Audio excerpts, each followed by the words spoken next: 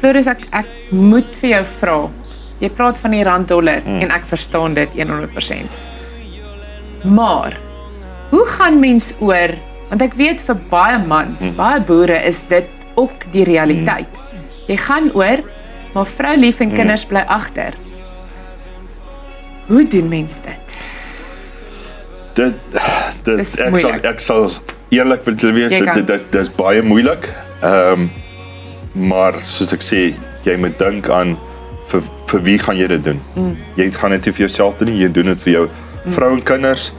En ja, dit is, maar aan die ander kant weer, ek het die voorreg gehad, ek het 'n seisoen wat ek alleen was, en ek het rollover gedoen 2,5 jaar daar was, en die laaste jaar en 'n half was my vrou en kinders saam met my daar. So dit is, maar ja, dit raak alleen, en as jy nie gefokus bly nie, dan, en die belangrikste is, jy moet jou verhouding met die Here moet reg wees, en jou verhouding met jou familie, jou ondersteuning van jou familie, van hierdie kant af, is kritiek, want as dit nie daar is, jy gaan swaar kry.